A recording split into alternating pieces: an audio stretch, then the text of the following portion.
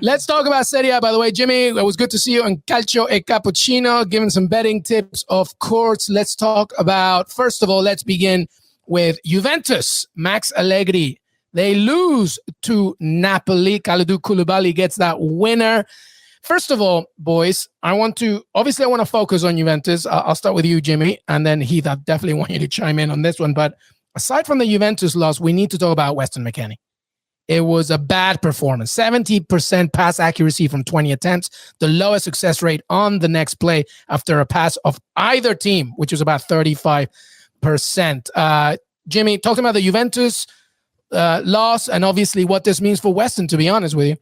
Okay, so I'll start with Weston. I was actually pleasantly surprised that he got to start in this one, and he didn't do a lot with it, to your point. I think there's a lot going on off the field. I'm sure a lot of people are in his ear about his behavior and his lack of performances for the U.S. men's national team during that qualifying window. And I'm not surprised, frankly, that maybe he didn't have his best performance in a Juve kit.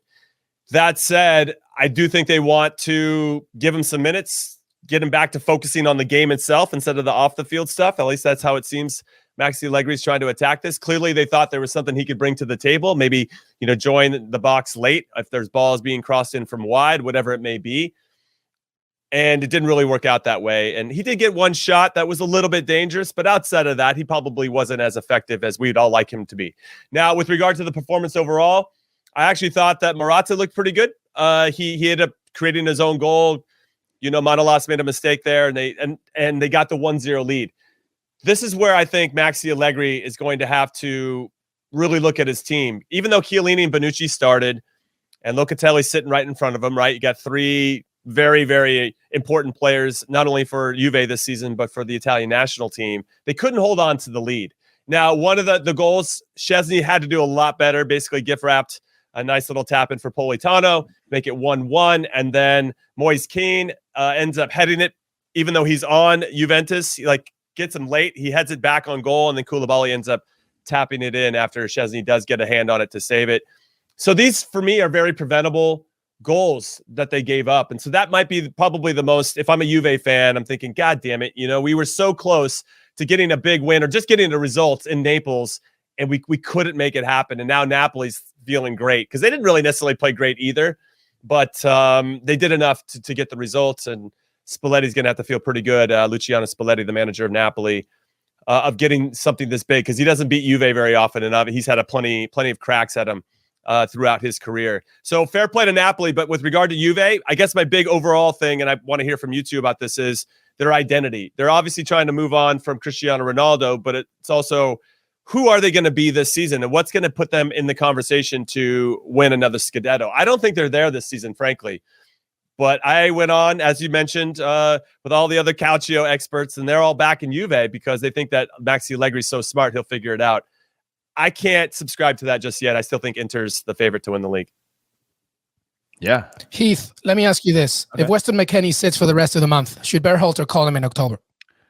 I think that he should call him in because they need to make an investment in Weston McKennie. And you don't just get to hold this guy to a standard of a superstar if you're not going to put in the time to sort of nurture and guide him through this process, right? We've seen these stars fall and be gone, right? With lifestyle, it happens to Brazilian players quite a bit where they don't have this system around them.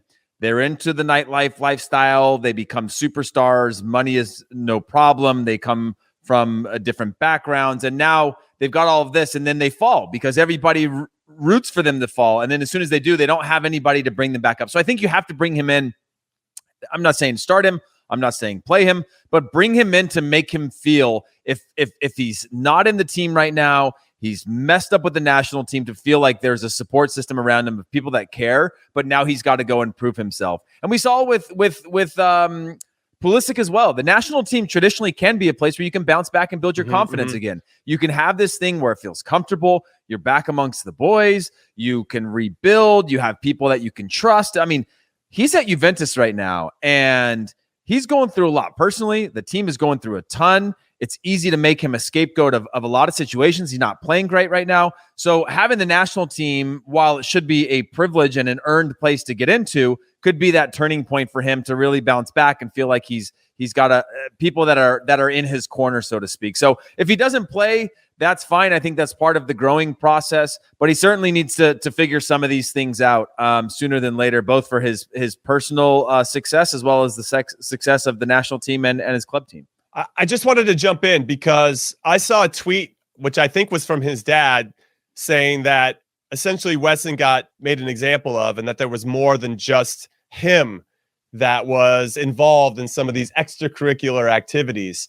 And to Heath's point, if that's the case, and all of a sudden he's being held to this other standard that other players aren't, you got to have a conversation with him. And it can't be over the phone or Zoom. It's got to be in person. It's got to be man-to-man, where you're looking at him in the face and saying whatever it is that Gregg Berhalter and his staff want to communicate to him. But if there are other players involved and he's the only one that had to take the fall for it, that's a big bridge, I think, to mend in some capacity. And it can be pretty hard because Weston looks stubborn. And I think a lot of us athletes, we're stubborn at some point. You have to be stubborn. That's what helps kind of get you there to that point and to play at the highest levels. But sometimes your biggest strength can be your biggest weakness. And so I'm hopeful that there's some smart people both on his side and with the coaching staff for Juve and the US to really try to mend it and get to know him as a person, because I think that's the only way they're going to be able to unlock him in a positive way. And hopefully, obviously they can lead him to water, and he's got to be the one that kind of walks through the door and drinks the water. I got metaphors all over the place, but you guys know what I'm trying to say. It's a crossroads time, I think, for Weston McKennie to on both sides, both the people around him and him himself. Yeah, well done. Well said from both of you. It's important to remember he's 23 years old. We need to make sure that he is nurtured, developed, and if he really has committed something that's, obviously bigger than himself and whatever, it's about, Greg, to your point, Jimmy, this is a very important time for Gregg Berhalter. He needs to make sure that, he's not just taking hold of the team on the pitch, but off it as well. Because as much as we celebrate the youth of the USMNT, we have to be wary of the responsibilities of taking care of the youth of the USMNT.